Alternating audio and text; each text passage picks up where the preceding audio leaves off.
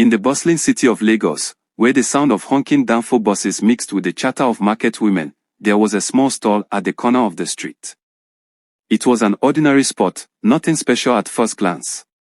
But everyone knew the woman who sat there. No one knew her name, they simply called her Mummy Kudi, mother of wealth. Every day, from dawn to dusk, she sold local foodstuffs, yam, plantain, crayfish, garri, and dried fish. Her stall looked humble compared to the big shops around her, but people from all walks of life came to her. Bankers in neatly ironed suits, mechanics with greasy hands, and even students with backpacks, they all found their way to her stall. It wasn't just because of her fair prices, but something more. There was a strange allure to Mummy Kudi, something no one could quite put their finger on. The mystery around her began to grow when rumors started spreading. One evening, a woman named Nkechi, who often bought yam and pepper from Mummy Kudi, mentioned something strange at her neighborhood salon. "You won't believe it," she whispered as the hairdresser twisted her braids. "I was so tired last night after work, I didn't have the strength to prepare dinner. But the moment I opened the pepper I bought from her, the aroma filled my entire kitchen. I cooked effortlessly, as if I had all the energy in the world." Everyone in the salon was intrigued. Another woman, Aisha, who was sitting by the window, added her own story. "I bought fish from her once. You know, dried fish. And the jollof rice I made that day tasted like my grandmother's.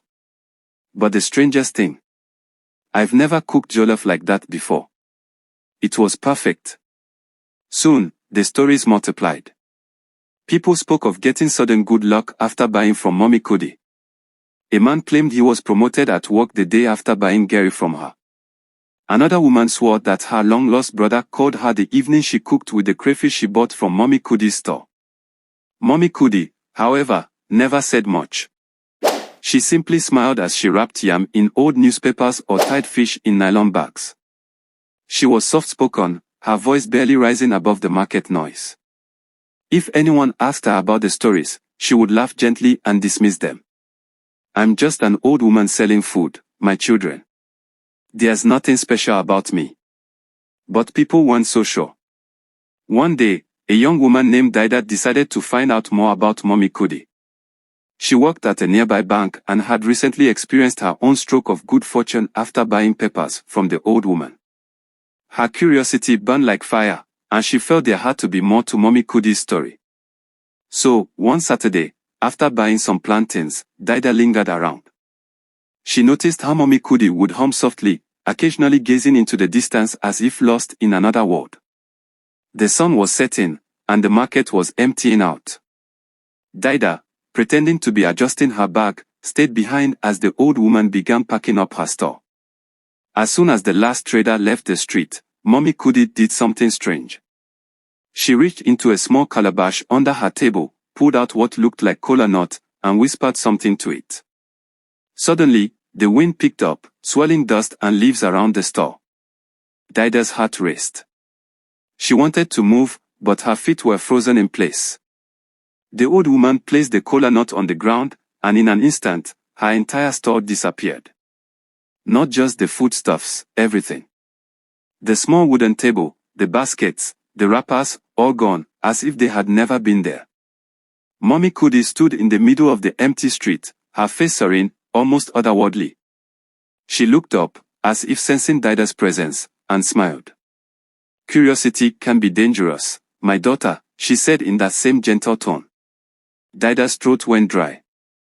She wanted to speak, but no words came out. Mummy Kudi walked towards her, her steps slow and deliberate. When she finally reached Dyda, she placed a hand on her shoulder. The old woman's touch was warm, almost comforting, yet Dyda felt a strange power beneath it. "You have a good heart," Mummy Kudi said softly. "That's why I give you this advice: never chase what you're not meant to find. Some mysteries are better left alone."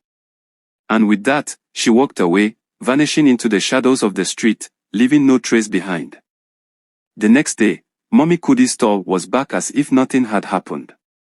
People continued buying from her, sharing stories of luck and success, but Dyda never spoke of what she saw. She only knew one thing: there was more to Mummy Kudi than anyone could ever understand. And maybe, just maybe, some mysteries were best left unsolved. Dyda couldn't shake off what she had witnessed that evening. For days, she replayed the scene in her mind: the mysterious wind, the disappearance of the store, and Mummy Kudi's cryptic warning. Life in Lagos moved fast, and people had short memories, but Ada knew what she had seen. One weekend, unable to suppress her curiosity, Dyda visited her grandmother in the village. Her grandmother was a wise old woman who knew many ancient stories, proverbs, and secrets passed down through generations.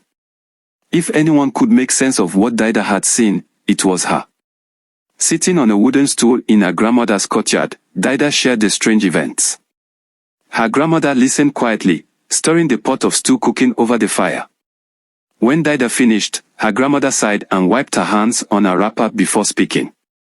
"There's an old tale, long forgotten by many," the grandmother began, her voice low and steady. "It speaks of women who walk between worlds, those who serve as gatekeepers between the spirit realm and ours. They do not use their powers for selfish gain, and most live among us without being noticed. They often take on humble jobs, but they are far from ordinary. They are called the daughters of Crown." Dyda leaned forward, hanging on every word. "Daughters of Crown," she repeated, confused. "Crown is the ancient Python spirit, the guardian of wealth, wisdom, and hidden knowledge," her grandmother explained. "These daughters are chosen by Crown himself. They can bless with fortune, but they can also see deep into a person's heart. Only those with pure intentions are drawn to them, but those who seek to unveil their secrets out of greed or curiosity, well, they may lose more than they bargain for." The old woman paused, letting the words sink in. Dyda felt a chill run down her spine. She hadn't intended to pry out of greed, but could her curiosity alone have put her in danger? "What should I do, Grandma?" Dyda asked, her voice barely a whisper. Her grandmother smiled warmly, taking Dyda's hands in hers. "You are lucky, my child.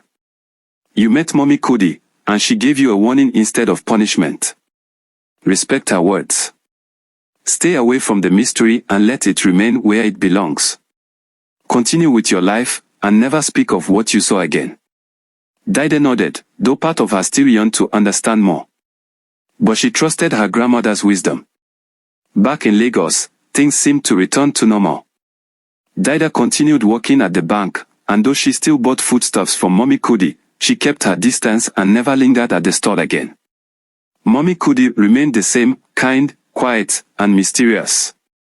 Yet, Dyda noticed something that others didn't. The old woman's eyes always seemed to hold a knowing look when they met Dyda's, as though she was still watching, still aware. Months passed, and Lagos continued its fast-paced rhythm. The stories about Mummy Kudi faded, replaced by new gossip. But one rainy afternoon, something unexpected happened. A young man named Emeka, a sharp-tongued trader, came to the market boasting loudly. He had heard the rumors about Mummy Kudi's magic foodstuffs, and he wasn't impressed. Oh no lie, he laughed to anyone who would listen. "There's no such thing as magic. All these women just talk nonsense." With arrogance in his step, he approached Mummy Kudi's stall and demanded to buy everything she had. "I'll pay you triple, old woman, but I want all your foodstuffs. Let's see if your so-called magic can make me richer." The market grew quiet as people watched the scene unfold. Mummy Kudi looked at Emeka, her face calm as ever. She didn't argue, didn't raise her voice. She simply packed up the yams, the peppers, and the fish, handing them over to him. "Be careful, my son," she said softly. "There is power in the food you buy from me, but power does not respond to greed." Emeka scoffed and paid her the money before walking away, his head held high.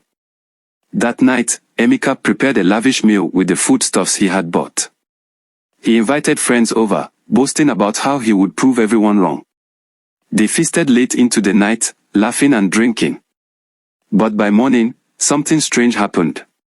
Emeka awoke to find that everything in his house had disappeared: his money, his goods, even his prized possessions. The food he had cooked the night before seemed to have vanished, as if it had never existed. His once bustling shop, too, was barren when he arrived, stripped of all its wares. No one could explain it. Emeka returned to the market, wild-eyed and desperate, seeking Mummy Kudi. But when he reached her usual spot, it was empty. The old woman had vanished, her store nowhere to be found. Days passed, and she never returned. The market women whispered among themselves, shaking their heads. They had warned him, but he hadn't listened. As for Dyda, she heard the news but said nothing. Deep down, she knew Mummy Kudi had simply moved on, perhaps to another corner of Lagos, or maybe to a place only the daughters of Crown could go. Ada never saw her again, but she held on to the old woman's advice. Some mysteries are meant to remain mysteries. And sometimes, the most powerful things in life are not to be questioned, only respected. As the years passed, the tale of Mummy Kudi faded into the fabric of Lagos life, becoming just another whispered legend among the market traders. Dyda never forgot the lesson she had learned from her encounter with the mysterious woman, and she continued to live her life quietly, with gratitude and respect for the unknown. The story of Emeka's downfall also lingered in the hearts of those who remembered.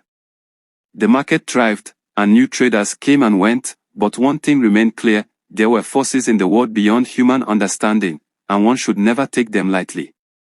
Years after Mummy Kudi's mysterious disappearance, life in Lagos continued to move forward, but the memory of her lingered in the minds of those who had crossed her path. Dyda had settled into her life, taking her grandmother's words to heart. She remained cautious and respectful, avoiding any further entanglement with things she couldn't explain. However, there were others who had not learned from Emeka's fate. Meanwhile, Dyda lived her life quietly, always reflecting on the lessons she had learned. She had married, started a family, and now had a daughter named Kelechi. Kelechi, much like Dyda in her youth, was bright, curious, and full of questions about the world around her. She loved to listen to the stories Dyda told, but one day, Kelechi asked about a topic Dyda had long avoided. "Mama, I heard some of the market women talking about Mummy Kudi and the magic foodstuffs. Who was she? Is it true that she disappeared?" Dyda's heart skipped a beat. It had been so many years, and she had moved on, but Kelechi's question brought everything back in vivid detail. She hesitated but knew she couldn't keep the story from her daughter forever. She was a very wise woman, Dyda began slowly, but not everything about her was meant to be understood. Mummy Kudi sold more than food, she carried a power that only a few could see. But, my dear, sometimes it's better not to chase after such things. Kelechi frowned, her young mind eager for more. "But Mama, how can something so powerful exist, and we just leave it alone? Don't you ever wonder where she went?" Dyda took a deep breath. She had wondered, of course. Many times. But the warnings from her grandmother and the fate of Chief Okafor had kept her from venturing deeper into that mystery. "Kelechi, there are things in this world that we aren't meant to control. They are part of something bigger than us, older than us." Mummy Kudi was not just a market woman. She was a gatekeeper of something beyond our understanding. Those who respected her were blessed in ways they didn't expect. But those who sought her power for selfish reasons were punished. Kelechi was quiet, her bright eyes wide with curiosity. But how did she get her power? Dyda shook her head. "That, I do not know. What I do know is that it's not for us to figure out. We live our lives with what we're given, and we do not reach for more than we need. That's how we stay safe." Kelechi seemed unsatisfied with the answer, but she didn't press further. Yet, her curiosity had been sparked, and Ada could sense that her daughter might one day seek more than what she was being told. Several years passed, and Kelechi grew into a young woman. She inherited her mother's intelligence and drive, but also her stubbornness. Despite Dyda's warnings, Kelechi's fascination with the story of Mummy Kudi only deepened. The mystery gnawed at her, and she often found herself wandering the marketplace, listening to the old women tell stories of the vanished store. One afternoon, as Kelechi was buying fruits from a vendor, she overheard two elderly women gossiping nearby. "They say there's a new market in a village far from here," one of them whispered. "A small, hidden place. And in that market, there's a woman who sells foodstuffs just like Mummy Kudi used to. Kelechi's heart raced. Could it be? Was there another like Mummy Kudi, or had she returned under a different name? She tried to stay calm, but her curiosity took over. That evening, she packed a small bag and set out for the village the woman had mentioned. She didn't tell her mother, knowing Dyda would try to stop her. The journey was long, taking her deep into the countryside. After many hours of travel, Kelechi finally arrived at a small, quiet village surrounded by thick forest. Just as the woman had said, there was a market, but it was unlike any she had seen before. The stalls were simple, and the trader spoke in hushed tones. But at the far end of the market, Kelechi spotted something familiar, a small stall selling yams, peppers, crayfish, and dried fish. Behind the stall sat an old woman, her head wrapped in a brightly colored garri, just like the descriptions of Mummy Kudi. Kelechi approached cautiously, her heart pounding in her chest. "Good afternoon," Kelechi greeted, trying to steady her voice. The old woman looked up, her eyes sharp and knowing, just like the woman in her mother's story. "Afternoon, my dear," the old woman replied with a smile.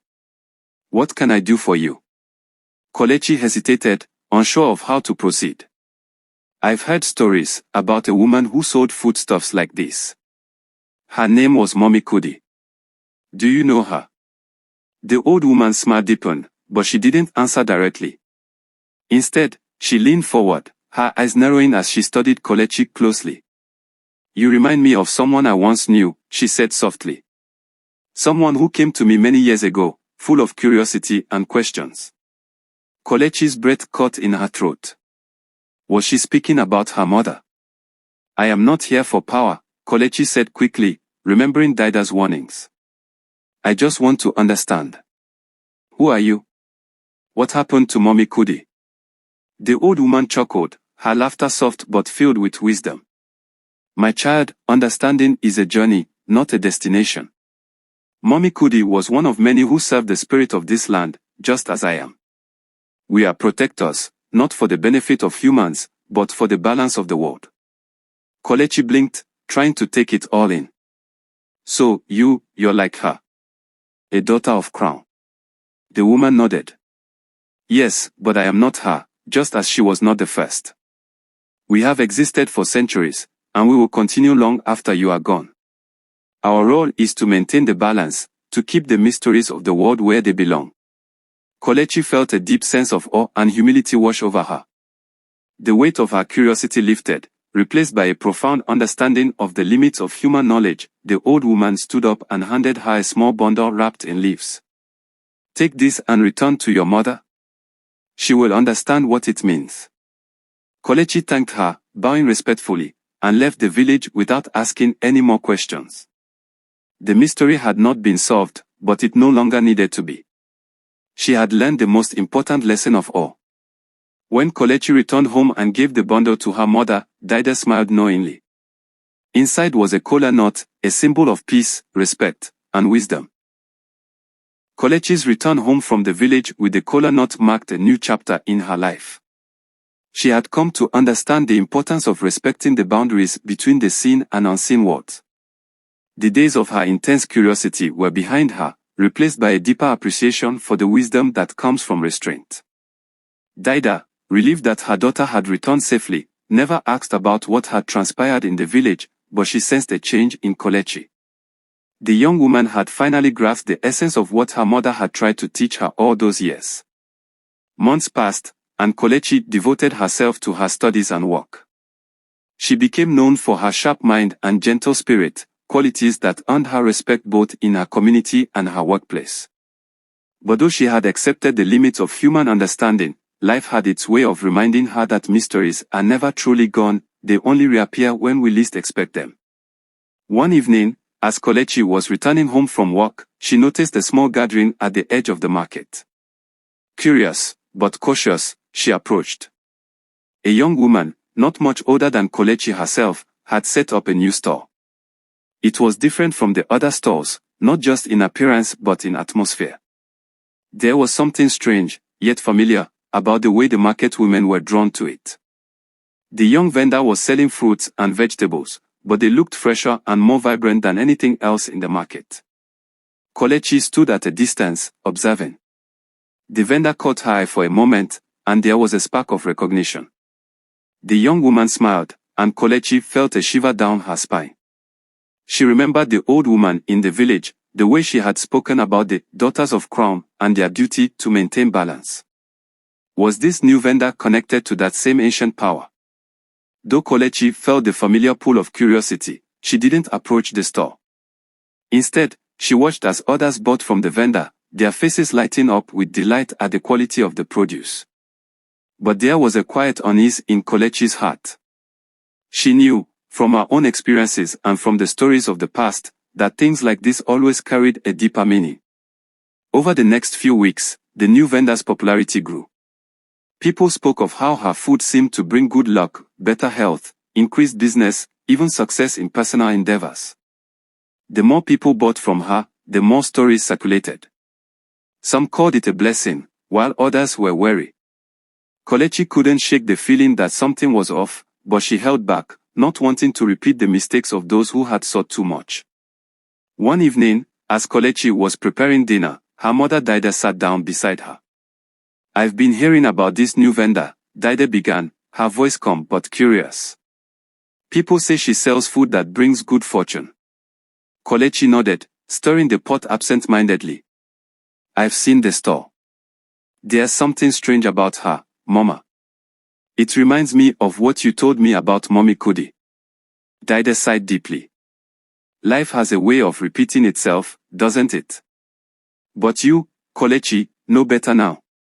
Not everything that shines is meant to be touched." Kelechi looked at her mother, her heart heavy with questions. What if she is like Mummy Kudi? What if people start to take advantage of her? Should we do nothing? Dyda placed a comforting hand on her daughter's shoulder. "The best we can do is respect what we don't understand. If this woman is part of something larger, she knows what to do. It is not for us to intervene unless we are called to. Remember, balance is maintained by those who guard it, not by those who seek to control it." Kelechi nodded, understanding her mother's wisdom. She promised herself that she would keep her distance, watching but never interfering. As weeks passed, the new vendor store continued to thrive, but whispers of misfortune began to circulate alongside the stories of good fortune. A few of the wealthier customers, who had tried to buy her out, found their luck reversed. Their businesses crumbled, their families fell into strife, and rumors of curses began to swirl. The market women, ever superstitious, grew more cautious. Some stopped visiting the store altogether, but others, driven by greed and ambition, continued to frequent it, hoping to unlock its secrets. Then, one morning, the vendor herself vanished. Kelechi heard the news from one of her colleagues at work. "She's gone. Just like that, her stall is empty. No one saw her leave, and no one knows where she went." The market was buzzing with speculation, but Kelechi felt a familiar chill run down her spine. The same way Mummy Kudi had disappeared, so too had this mysterious vendor. It was as if the powers that guided the daughters of crown had once again intervened, reminding the people of Lagos that balance must be respected. That evening, as Kelechi walked through the now quiet market, she passed by the spot where the vendor's store had stood. The ground was bare, with no sign that it had ever been there. She paused, staring at the empty space, feeling a strange sense of both loss and relief. Her mother's voice echoed in her mind, "Balance is maintained by those who guard it, not by those who seek to control it." Kelechi smiled softly, finally understanding the full depth of those words. Life, with all its mysteries, was a delicate balance. Some things were not meant to be uncovered or controlled, only respected from afar. The new vendor's brief presence in the market became another tale that would be passed down through the years. Some would remember her as a blessing, others as a curse, but Kelechi knew the truth. Just like Mummy Kudi, she was a guardian of something ancient and powerful, something that ordinary people were not meant to fully grasp. And so, Kelechi returned to her quiet life, wiser than before. She had learned that mysteries of the world were vast, and though they tempted the hearts of men, the greatest strength was in humility and respect for the unknown. The morals of the story: the world is full of mysteries that are not ours to control or understand fully. Greed and ambition may lead to temporary gain, but true peace comes from respecting the natural balance of things. Those who seek to exploit forces beyond their understanding often pay a heavy price, while those who live with wisdom and humility are rewarded with lasting peace. Thank you for watching.